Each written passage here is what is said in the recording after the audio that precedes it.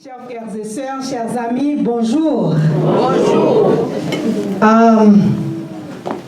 J'ai la mauvaise habitude, quand je parle aux gens, de m'attendre à une réponse très forte, surtout si je parle d'un public haïtien qui mangeait du riz. Je pense que tout le monde a beaucoup de force, n'est-ce pas? Donc quand je vais dire quelque chose, quand je vais poser une question, vous allez me promettre de répondre, n'est-ce pas? Avec toute votre force. Chers frères et sœurs, chers amis, bonjour. Bonjour. Comment ça va? Très bien, grâce à Dieu. Avez-vous passé une très bonne semaine? Amen. Par la grâce de Dieu, nous sommes encore en vie, malgré les attaques de l'ennemi. Son objectif est de détruire chaque enfant de Dieu. Ce n'est pas de détruire les autres, parce que les autres sont déjà à lui. Son objectif, c'est vous. Donc quand vous êtes encore vivant, avec tout votre esprit, quand vos enfants sont encore à l'église, quand vous avez encore un emploi, même si ce n'est pas l'emploi idéal, quand vous avez une maison, quand vous avez de la nourriture, c'est un bienfait particulier de Dieu. Et quand on vous demande comment ça va, ne pensez pas aux choses que vous n'avez pas. Pensez à tout ce que Dieu a fait pour vous et avec un sourire aux lèvres et dit, ça va bien par la grâce de Dieu. Amen. Chers frères et sœurs, comment ça va? Ça va bien grâce à Dieu. Amen. Ce matin, je suis extrêmement contente d'être avec vous. Je remercie Pasteur Émile et l'Église de m'avoir invité à adorer Dieu avec vous ce matin. Amen. Quand je vais dans une autre église, soit ici au Canada ou aux États-Unis, c'est un plaisir de rencontrer mes frères et sœurs. Et je me fais déjà l'image de ce que sera le retour de Jésus. Amen. Nombreux comme eux, le sable des plages. Et ce qui sera extraordinaire, c'est que je ne serai pas là devant vous, un autre pasteur ne sera pas là devant vous. Celui qui va diriger ce grand rassemblement est Jésus de Nazareth. Et ce ne sera pas seulement pour un moment, nous serons ensemble pour le temps et l'éternité. Donc c'est toujours une joie d'être avec mes frères et sœurs et d'étudier ensemble la parole de Dieu. Ce soir, je dis ce soir, c'est parce que tout au cours de la semaine, je suis dans un combat spirituel assez intense. Donc, et c'est chaque soir, donc c'est la raison pour laquelle je dis ce soir. Donc ce matin, je vais voir avec vous un passage de la Bible. Un passage qui, j'espère, pourra nous apporter force et courage pour continuer la lutte chrétienne. Bien avant, inclinons-nous pour la prière. Éternel notre Dieu et notre Père,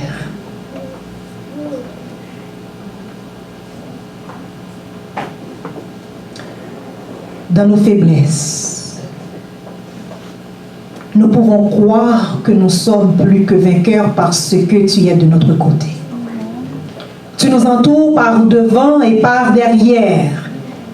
Tu nous précèdes quand nous sortons de chez nous. Tu nous accompagnes dans toutes nos activités. Tu es là pour nous diriger et tu mets ta main sur notre tête. C'est pourquoi ce matin, Seigneur, nous voulons te dire merci. Alors que ce service va se poursuivre avec l'étude de ta parole, je te demande humblement de prendre possession de cette assemblée. Nous te donnons l'autorisation de manifester ta toute puissance au milieu de cette assemblée et que ta voix puisse se faire entendre pour la guérison spirituelle de ton peuple. Seigneur, tout ce qui ne sera pas bon dans cette réflexion viendra de moi, mais tout ce qui sera bon viendra de toi. Et nous te donnons toute la gloire. Prépare notre cœur à t'écouter. Éloigne toute distraction et que seulement ta voix puisse parler à notre cœur. Au nom de Jésus. Amen. Les écrivains actuels, ils sont regroupés en plusieurs catégories. Il y a ceux qui écrivent des romans. Il y a ceux qui écrivent des histoires vraies. On les appelle des biographes.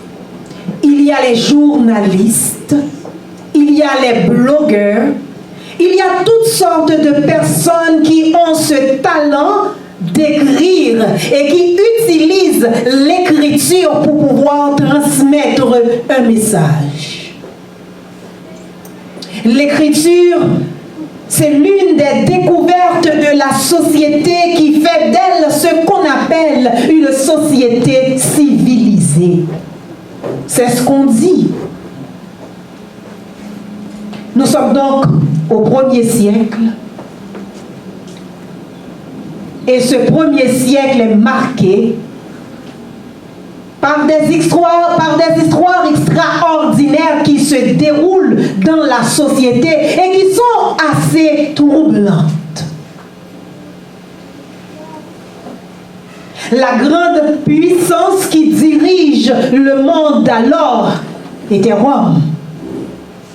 Rome, avec ses soldats puissants, avec ses soldats qui faisaient, comme on dirait en créole, la pluie et le beau temps, qui marchaient dans toutes les comtés, dans tous les pays et qui essayaient de rassembler le monde connu sous une seule bannière, la bannière romaine.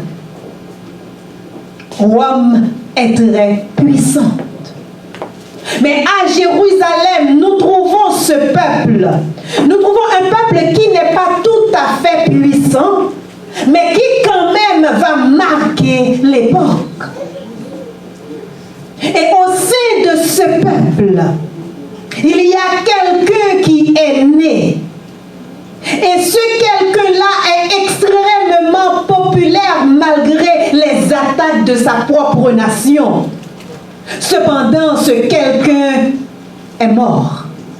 Il a été crucifié et ses disciples, après 120 jours passés dans une chambre haute, sont sortis pour aller proclamer la bonne nouvelle que ce crucifié n'était pas seulement un crucifié, mais c'était le Fils de Dieu. Amen. Donc nous voyons ces disciples qui vont un peu partout parler de la vie de cet homme. Puisqu'ils parlent de la vie de cet homme, c'est l'histoire orale.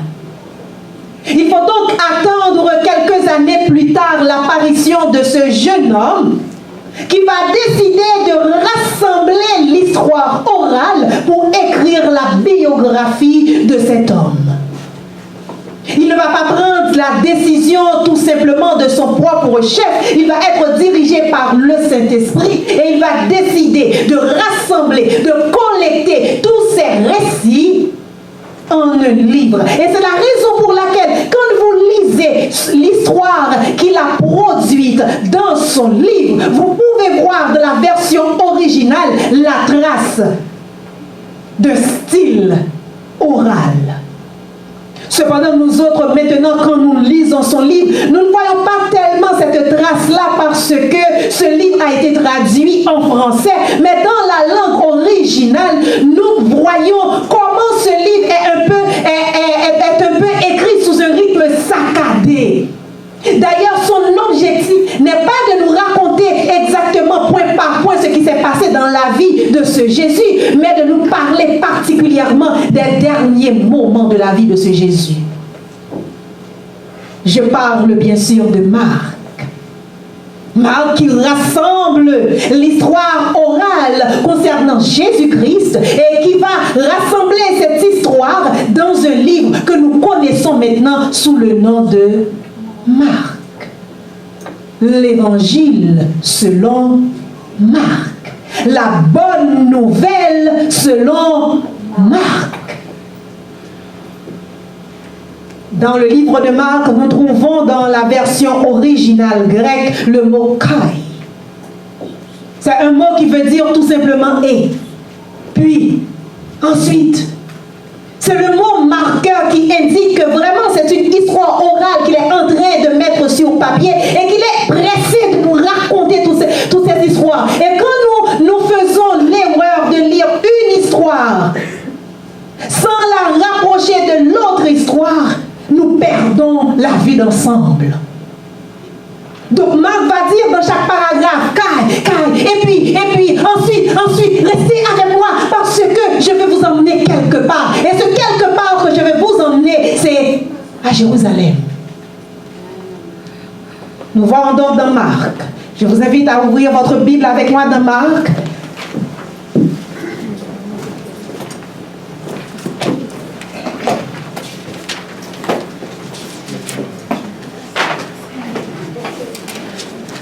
Nous sommes dans Marc, chapitre 10, le verset 32. Marc, chapitre 10 et le verset 32.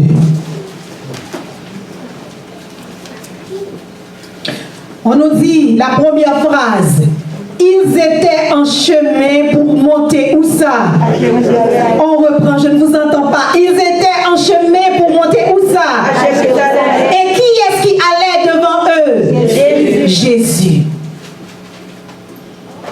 Ils étaient en route. Donc si nous reprenons, si nous remontons un petit peu dans cette histoire, nous allons voir ce groupe de personnes. Nous allons voir que Jésus, quand Marc nous parle de Jésus, c'est quelqu'un qui est extrêmement populaire. Dès qu'il arrive dans une ville, il fait toujours trois choses très bien. La première chose, dès qu'il arrive, il est le spécialiste des maladies incurables. Amen. Un lépreux? Pas grave, Jésus est là. Amen. L'homme à la main sèche? Pas grave, Jésus est là. Amen. Vous êtes possédé de démons? Pas grave, Jésus est là. Et c'est le même Jésus que nous vivons aujourd'hui dans notre vie. Si jamais vous faites face à une situation difficile, pas grave, Jésus est là. Amen. La première spécialité de Jésus. La deuxième spécialité de Jésus dans le livre de Marc, c'est l'enseignement. Il va donc, quand il entre dans les villes, il va donc rassembler tout un groupe de personnes et commencer à enseigner ce groupe. Et nous allons voir cette incompréhension sur le visage des disciples parce que des fois il dit une parabole ou bien il explique un passage et les disciples ne comprennent pas. Il doit les prendre de côté pour essayer de leur expliquer ce qu'il vient de dire, mais malheureusement, ça c'est sa deuxième spécialité. La troisième spécialité dans le livre de Jésus, dans le livre de Marc, c'est de faire comprendre à tous ceux qui veulent l'entendre ce que ça signifie d'être disciple. Je ne vais pas parler du fait d'être disciple ce matin. Mais si jamais vous voulez savoir ce que c'est qu'être disciple de Jésus-Christ, allez chez vous, ouvrez votre Bible et commencez à lire le livre de Marc. Donc Jésus-Christ est présenté dans ce livre comme ce spécialiste, le guérisseur par excellence, le professeur par excellence, et aussi celui qui implique, qui montre, qui personnalise le fait d'être disciple. Et là, on nous dit qu'à chaque fois que Jésus passe quelque part, il fait un miracle, il fait un enseignement. Il est peut-être en désaccord avec les autorités religieuses locales, mais ce n'est pas grave parce qu'il a une mission à accomplir. Et à chaque fois qu'il quitte cette ville, il y a beaucoup de gens qui le suivent. Mais là, nous sommes sommes au dernier moment de Jésus-Christ, Marc nous dit qu'il se dirige vers Jérusalem. Jésus commence donc à marcher. Écoutez, il ne prend pas d'avion, il n'a pas de voiture, il n'a pas de cheval, il marche à pied, il va voyager de ville en ville pour aller à Jérusalem. Il arrive dans une ville qu'on appelle Jéricho. Vous connaissez l'histoire de cet aveugle de Jéricho, n'est-ce pas? Il va à Jéricho et quand il entre à Jéricho, on ne sait pas combien de temps il va rester à Jéricho. Marc nous dit qu'il sort de Jéricho et pendant qu'il sort de Jéricho, une foule le suit parce que partout où il passe, il y a toujours des curieux. C'est comme si Marc nous décrit Jésus comme une superstar, une célébrité. Je ne connais pas les noms des célébrités actuelles parce que je ne suis pas tellement les nouvelles de Hollywood, mais j'ai l'impression s'il y avait une célébrité là qui tournait dans la rue et qui descendait de sa voiture, tout le monde sortirait pour aller le voir. Et Twitter serait hashtag, il est là. Et chaque personne voulait prendre un selfie, hein? C'est une célébrité. Donc Jésus sort de Jéricho. Jéricho, c'est la ville des palmiers. C'est la ville aussi qui est reconnue pour son insécurité. Quand vous voyagez, quand vous passez à Jéricho, vous ne passez pas seul parce qu'il peut y avoir des dangers. Les brigands peuvent essayer de vous tuer. Donc Jésus sort, il y a cette foule qui sort avec lui, mais il y a aussi les disciples. Et pendant que, je ne sais pas, parce que Jésus a dit aux disciples qu'ils allaient à Jérusalem. Donc je ne sais pas si les disciples ont transmis la nouvelle aux gens de Jéricho, mais ils suivent Jésus et ils sortent, ils marchent avec Jésus. Et pendant qu'ils marchent avec Jésus comme ça, c'est l'homme. Et là, il faut bien comprendre, c'est pourquoi je vous dis de ne pas lire les histoires séparément. Il faut bien comprendre ce qui se passe. L'homme sort. L'homme est assis au bord de la route, il est aveugle. On l'appelle le fils de... non pas Bartimée. Il s'appelle le fils de Timée. Donc il est Bartimée. Bar signifie fils. Donc Jésus et Bartimée est là. Si Bartimée est là, il est assis, il est aveugle, il ne voit rien. Il entend que la célébrité est là. Et là, quand il entend que la célébrité est là, qu'est-ce qu'il fait? Il commence à crier. Et qu'est-ce qu'il dit? Là maintenant, nous devons lire ça parce que c'est très important. Pour pouvoir comprendre le point de notre prédication ce matin, il faut voir ce que Bartimée dit. On va au verset 46. Ça nous raconte la rencontre de Bartimée. Numéro 4 et verset 47. C'est ça qui va nous dire exactement ce que Bartimée a dit. Qu'est-ce que Bartimée a dit? Il se mit à crier quoi? Fils de David, quoi? Jésus, quoi?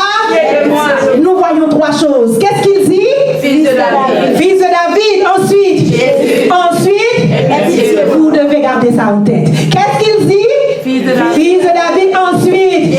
Ensuite? Et bien sûr, les gens qui étaient là, puisqu'ils savaient que Jésus allait à Jérusalem, ils étaient pressés. Qu'est-ce qu'ils ont essayé de faire? De le faire taire. Mais il n'avait rien à perdre. Donc il a continué à crier. Et qu'est-ce qu'il a crié? Ces trois choses, il faut vous rappeler. Première chose, fils de David. Deuxième chose, troisième chose. Et Jésus, bien sûr, il va entendre le cri de cet aveugle et va prendre le temps de guérir. Et le dernier verset du chapitre nous dit, qu'est-ce que le dernier verset du chapitre nous dit? Allons-y ensemble. Aussitôt, Et suivi Jésus dans le chemin. N'oubliez pas où est-ce que Jésus va. À Jérusalem. Donc Jésus s'arrête un petit moment à Jéricho. Jéricho est en fait à 25 km de Jérusalem. Donc c'est-à-dire, c'est comme si c'est avant Kirkland. Vous passez Kirkland pour arriver à Montréal, c'est à peu près 25 à 30 km. Donc Jésus fait cette guérison miraculeuse. Et qu'est-ce que Bartimée fait? Il suit Jésus. Donc nous savons au moins le nom de 3 groupes de personnes. Nous savons que Jésus est là qui va à Jérusalem. Nous savons que les 12 disciples sont là, ils vont à Jérusalem avec Jésus. Et nous savons qui encore qui va à Jérusalem? Bartimée. Là maintenant nous sommes au chapitre 11. Qu'est-ce que le premier verset nous dit? Lorsqu'ils approchèrent de Jérusalem, et qu'ils furent près de Béthanie, vers la montagne des Oliviers, Jésus envoya 2 de ses disciples. Ok. En leur disant, allez au village qui est devant vous, dès que vous y serez entrés, vous trouverez un anneau attaché. Merci. Arrêtez-vous là. Donc Jésus continue à marcher avec cette foule, avec Bartimée, avec ses disciples. Et là, ils arrivent tout près de Jérusalem, en 2 villes qu'on nous cite, en particulier Béthanie, c'est à peu près 7 km de Jérusalem, donc presque arrivé. Et là, Jésus va dire, il ne parle pas à Bartimée, il ne parle pas à la foule, il appelle qui? Jésus. Combien? 2 de ses disciples. Qui est-ce qu'il appelle? On ne sait pas. Est-ce que c'est Pierre et Jean? Est-ce que c'est Matthieu? Est-ce qu'on ne connaît pas le nom? Mais il appelle 2 de ses disciples et il dit une chose extraordinaire. Écoutez. Vas-y, allez, il y a une ville, un village qui est tout proche.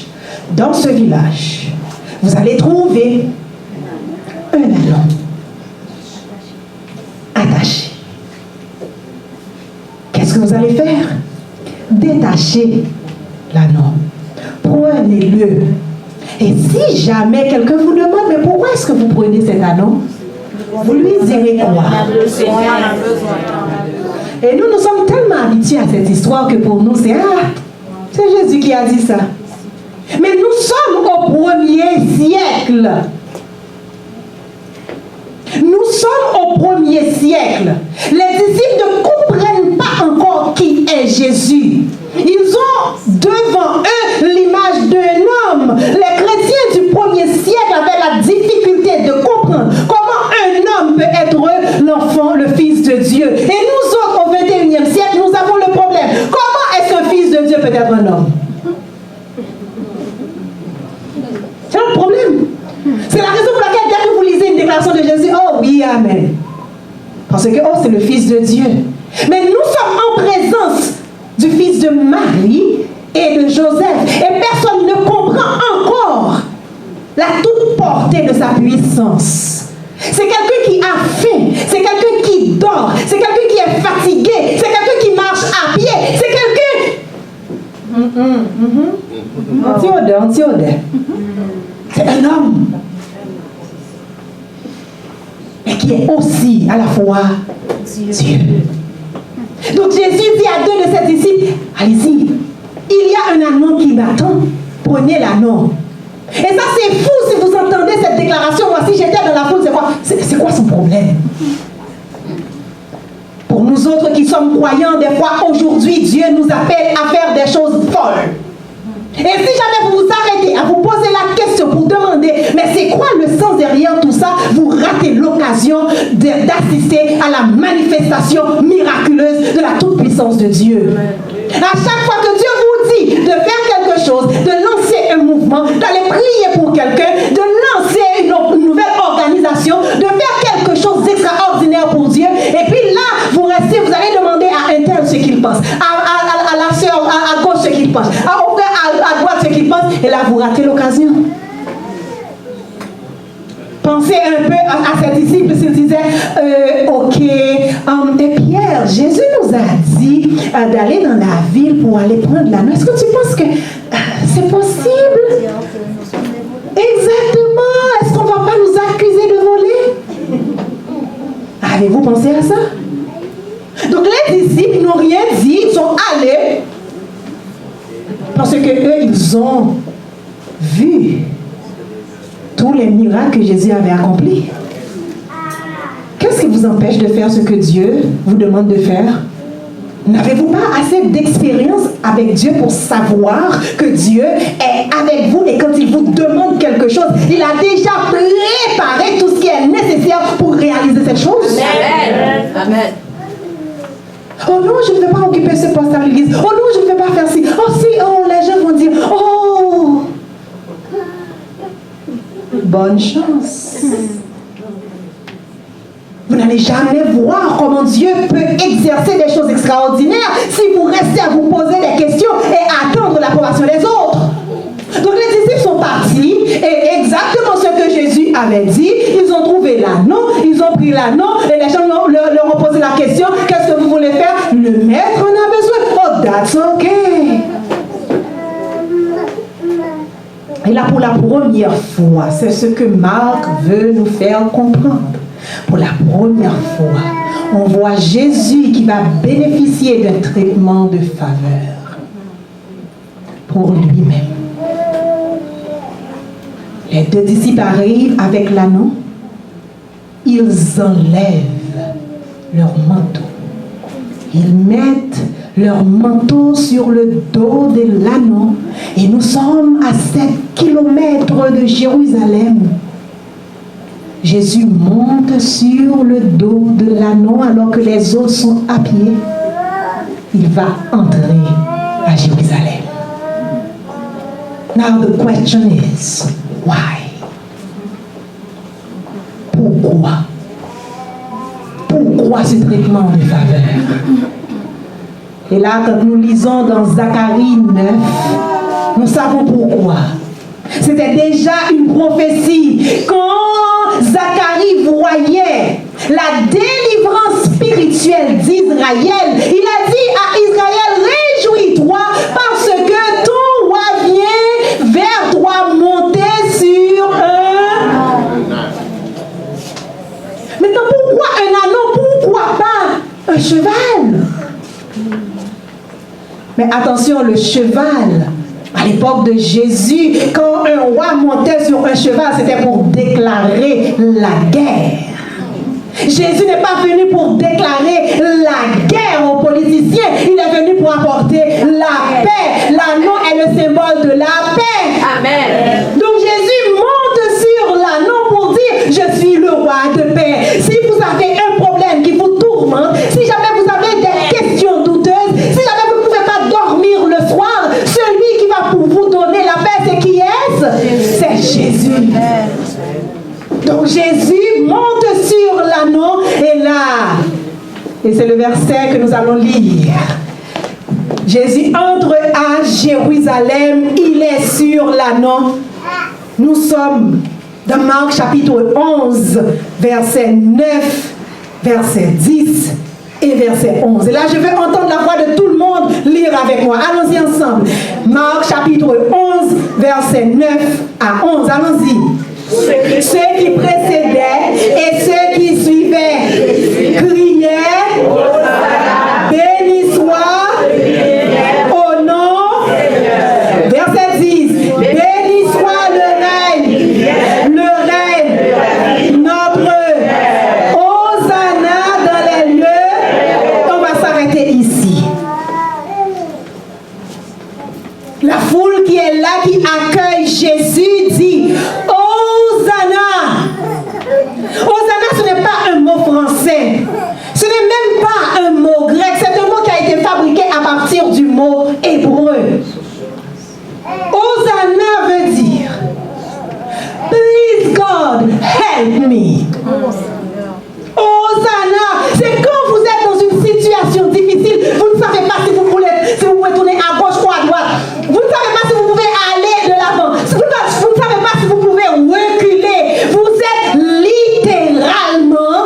littéralement au dos de lui. Vous êtes là. Vous ne pouvez rien faire. Il n'y a pas d'amis qui peuvent vous sauver. Tous les amis ont leurs choses à régler.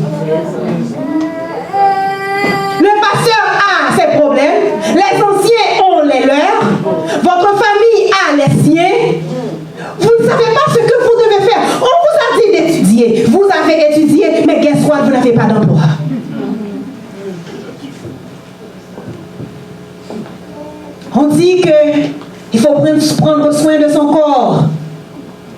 pratiquez pas ce qui est interdit par la Bible, cependant vous êtes atteint du cancer. Vous avez grandi vos enfants à l'église, maintenant ils sont adolescents, mais où sont-ils? Vous avez laissé votre pays, on vous a dit que le Canada était un pays où vous pouvez réaliser tous vos rêves et là vous voyez que ce que vous avez maintenant, ce que vous êtes en train de vivre maintenant, quelquefois est un petit peu pire de ce que vous aviez de votre pays d'origine.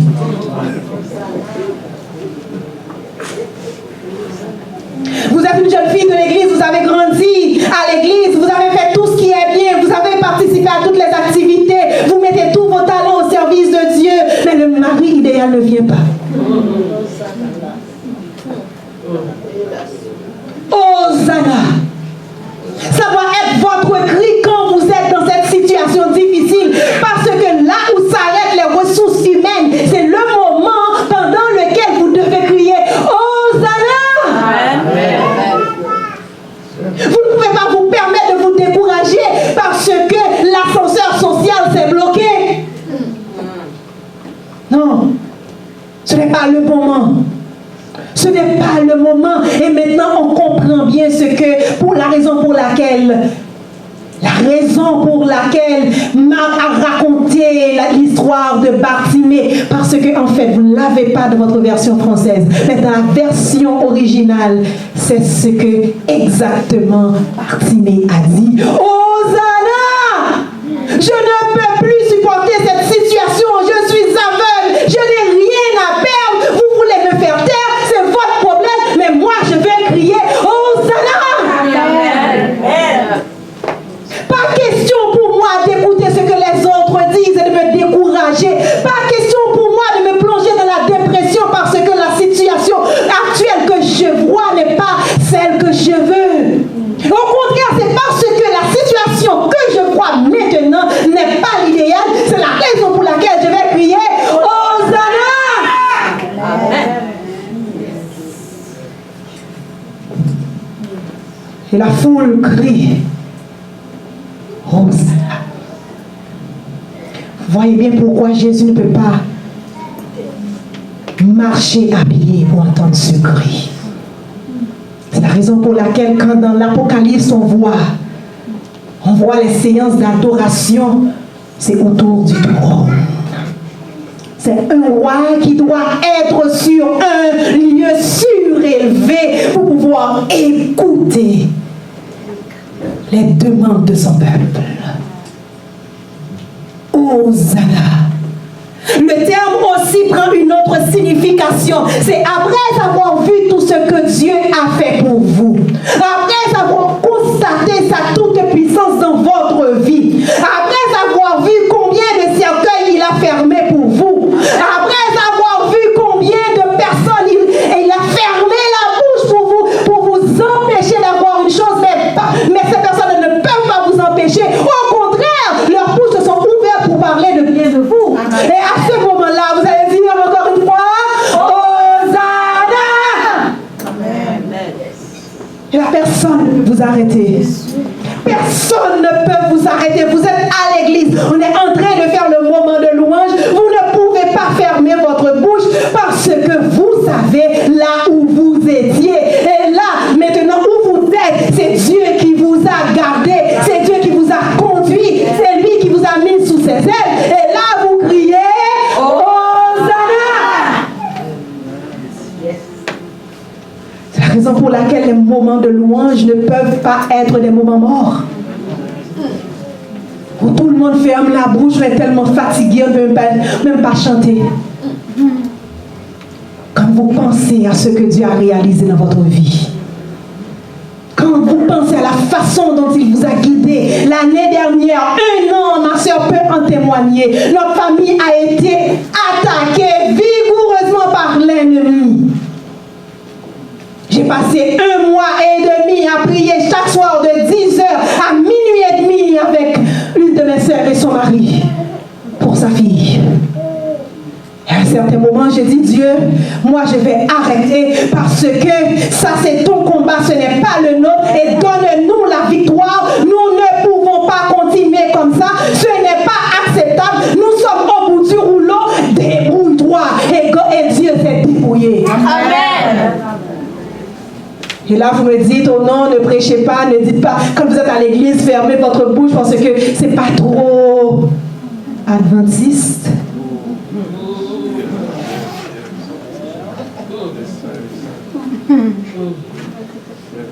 Puis on va commencer. Hosanna.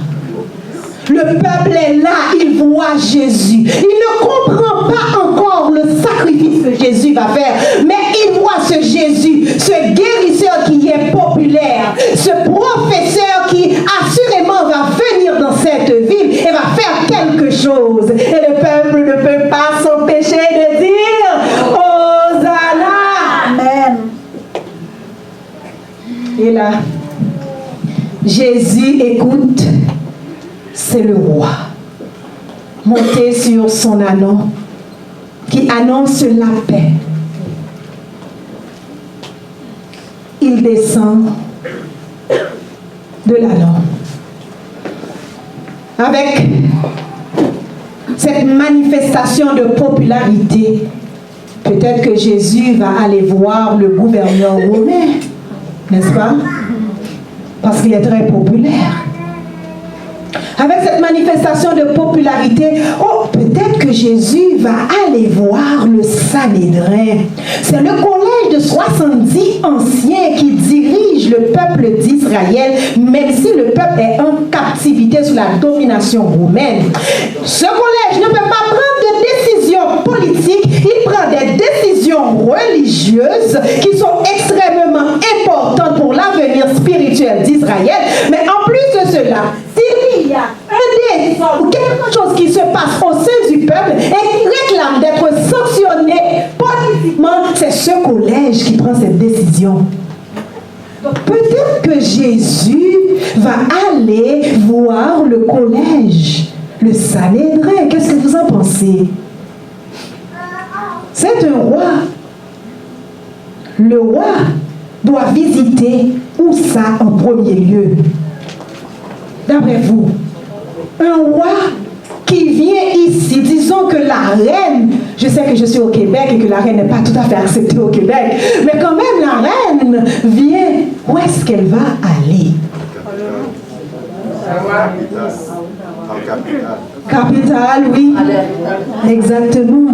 L'endroit qui représente son autorité, c'est son palais, même si ce n'est pas un palais qui est tout à fait comme le palais de Buckingham, mais quand même c'est un palais, c'est là où la reine règne. Le roi doit visiter le palais. Et maintenant, voyons le roi Jésus. Voyons ce qu'il va faire. C'est quel palais il va visiter. Verset 11. Jésus, Marc 11, verset 11. Jésus entra à Jérusalem. Où ça? Dans le temple. Quel est le palais de Jésus? Le temple. Amen.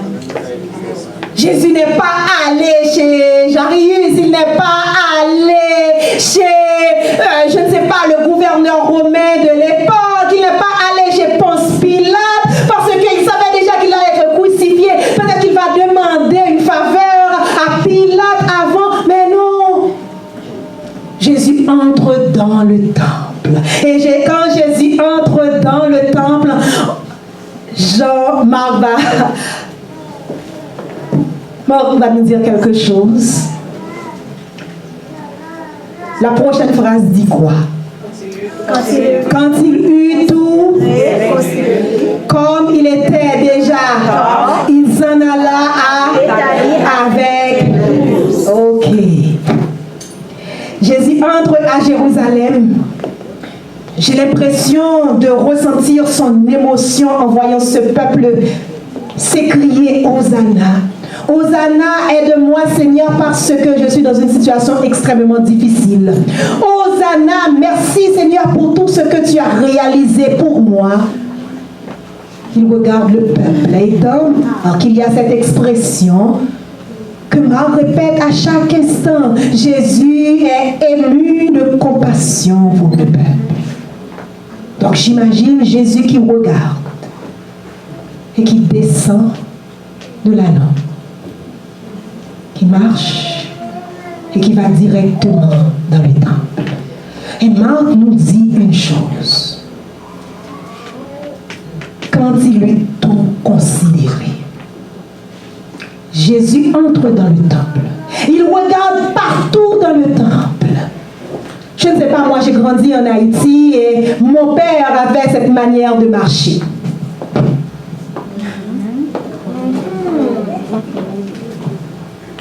Ah, tu vas avoir du trou. Quand tu vois cette posture-là,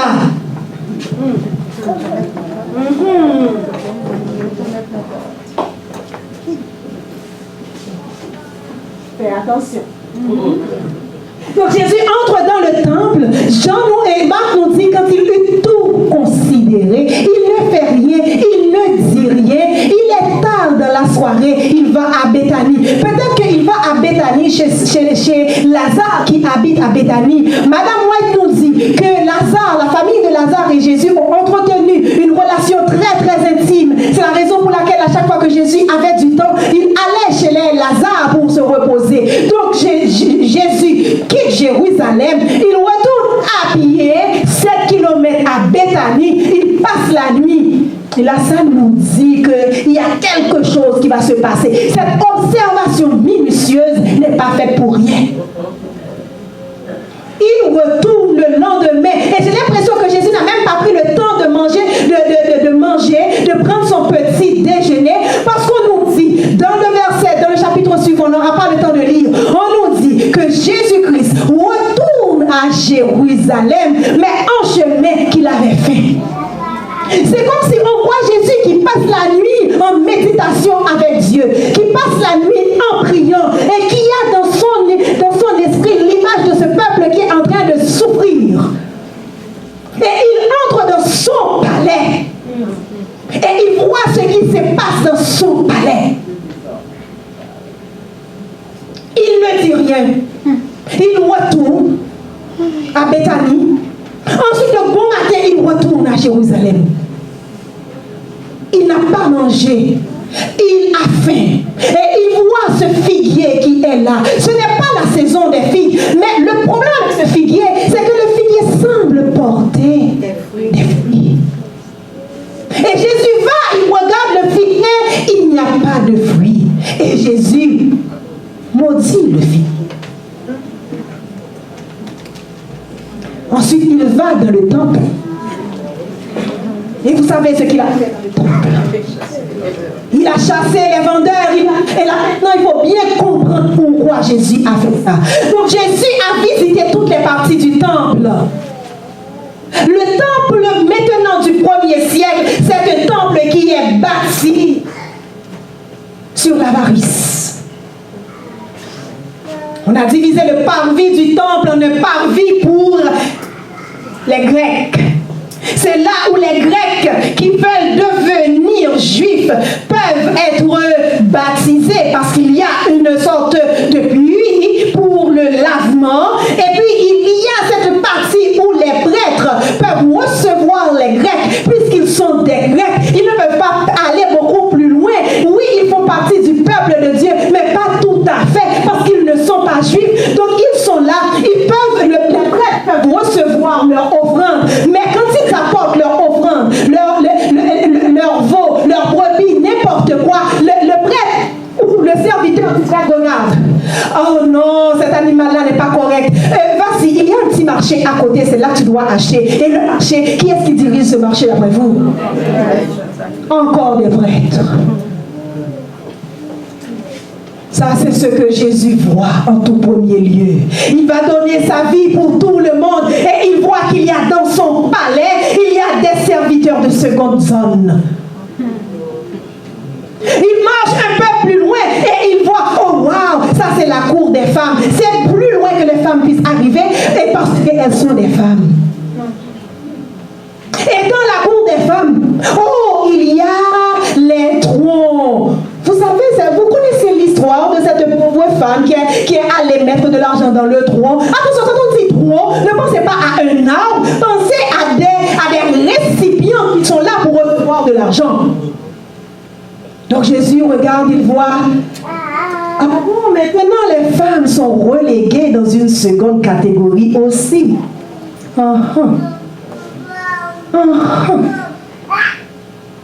Il marche un peu plus loin. Et il voit les grands messieurs. Ils sont assez justes, ces hommes-là, parce qu'ils sont riches, ils ont de l'argent. Donc ils sont justifiés. C'est ce que Jésus voit dans le parvis. Et là, vous comprenez quand Jésus retourne à Jérusalem dans le temps, il ne peut plus accepter cette situation. Il sait que très bientôt, il va mourir. Il ne va pas mourir pour des hommes en particulier ou des femmes en particulier. Non, il va mourir pour tout le monde, pour que tout le monde ait droit à la vie éternelle, quelle que soit votre origine, quel que soit votre statut social, quel que soit votre âge, quel que soit votre sexe. Amen. Donc Jésus vient et fait le grand ménage. Et là, je vous pose la question ce matin. Si Jésus venait dans le temple ici, qu'est-ce qu'il verrait? Oh oui, il y a le comité des anciens ici. Oh oui, il y a la classe parfaite de l'école du sabbat. Oui, il y a les enfants qui sont là. Oh oui, il y a chacun dans sa catégorie. Il faut pas les mélanger parce que mais chacun a sa position, right? Est-ce qu'il va faire la même chose pour le figuier?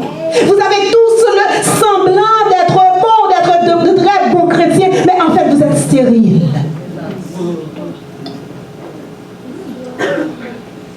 Et Jésus-Christ va se rappeler la phrase d'Ésaïe qu'il a lui-même inspirée à Ésaïe. Ma maison doit être une maison de prière pour toutes les nations. L'Église n'est pas réservée aux adventistes. Vous êtes dans une localité ici, ce local ne vous appartient pas. Vous devez être ouvert à tout le monde doit venir ici. Et quand les gens viennent ici, c'est pour faire quoi? Pour prier, parce que la prière, Ellen White va nous dire que la prière, c'est la clé qui va faire que beaucoup de choses vont se réaliser dans les cieux et sur la terre. Si vous ne priez pas, si votre église n'est pas une église de prière, elle a perdu tout à fait sa mission, sa raison d'être dans la localité, et dans ce cas-là, elle sera fermée. Combien d'églises sont fermées maintenant au Canada? Combien d'églises? Combien d'églises essaient de continuer? They are struggling. Pourquoi? Parce que tout se fait à l'église, sauf la prière sincère. Votre maison, c'est votre église, c'est l'église que Dieu a placée dans votre quartier. Est-ce que votre maison est une maison de prière? Votre vie, c'est le temple du Saint-Esprit. Votre corps est le temple du Saint-Esprit. Qu'est-ce que vous avez fait de votre corps? Ma maison doit être une maison de prière pour les adventistes du 7e jour. Pour les Haïtiens. Pour les Noirs. Pour les pauvres. Ma maison doit être une maison de prière pour toutes les nations. Et j'ai l'impression que Jésus était en train de penser à cette première inauguration. David a voulu construire le temple de Dieu. A dit non, David, tu es un homme violent. Ma maison est une maison de paix. Ce n'est pas ton rôle. Salomon va construire le temple. Et pendant que Salomon a fini de construire le temple, il va rassembler tout le peuple d'Israël. Il va construire sur le parvis du temple parce qu'il ne peut pas entrer. Il n'est pas un sacrificateur. Il ne peut pas entrer dans le sein du temple. Il va construire une tribune. Il va se mettre debout sur la tribune et faire cette prière. Oh Dieu, cette maison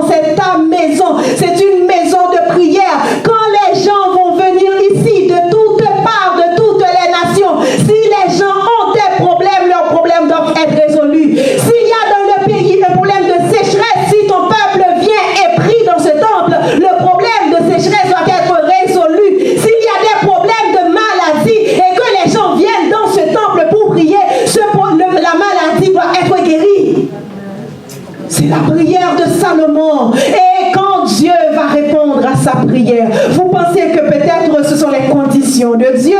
Mais non, 2 Chroniques 7, verset 14 ne donne pas les conditions de Dieu. Mais en fait, Dieu reprend les paroles de Salomon dans sa prière. Si mon peuple sur qui... C'est presque exactement les mêmes mots quand vous lisez la prière de Salomon. Si mon peuple sur qui est évoqué mon nom s'humilie. Qu'est-ce qu'il va faire? Il ne va pas seulement guérir l'Église. Il va guérir le pays. Il va guérir les gens. Quand les gens vont venir ici, ils vont poser leurs pieds sur la première marche de cette église. S'ils sont malades, ils doivent être guéris. Quand ils ont des problèmes, leurs problèmes doivent être résolus. S'il y a trop de problèmes à l'intérieur de l'église, c'est qu'il y a un problème de prière. Votre église n'est pas inutile. Ce n'est pas un club social. Votre vie, ce n'est pas la vôtre. Et Pierre va symboliser exactement l'idéal de Jésus. Quand Jésus parle de la maison qui va devenir une maison de prière pour la résolution des problèmes de tous les peuples, Pierre va passer devant le temple qui va être détruit bientôt, mais Pierre va comprendre que maintenant, ce n'est pas une question de lieu en particulier, mais c'est une question de vie personnelle et de relation avec Jésus-Christ. Pierre va passer devant le temple et bien sûr, l'homme est là, malheureux, pauvre, indigent, malade. Il va demander de l'argent à Pierre et Pierre va dire, oh non, je n'ai pas d'argent. Mais ce que j'ai, je te le donne. Lève-toi et marche. Nous n'avons pas à donner de l'argent aux autres parce que peut-être nous n'avons pas d'argent. Il y a des services que nous ne pouvons pas donner à la communauté parce que nous ne les possédons pas. Mais ce que nous possédons, c'est la toute-puissance de Jésus-Christ. Quand quelqu'un est malade, la personne doit venir vous trouver et vous priez pour cette personne. La personne doit être guérie. Quand vous priez pour vos enfants, quand vous priez pour vos amis, quand vous priez pour vous-même, la réponse doit venir directement de Dieu. Parce que Jésus-Christ nous donne ce pouvoir. Et maintenant, si vous ne l'avez pas, quel est le problème?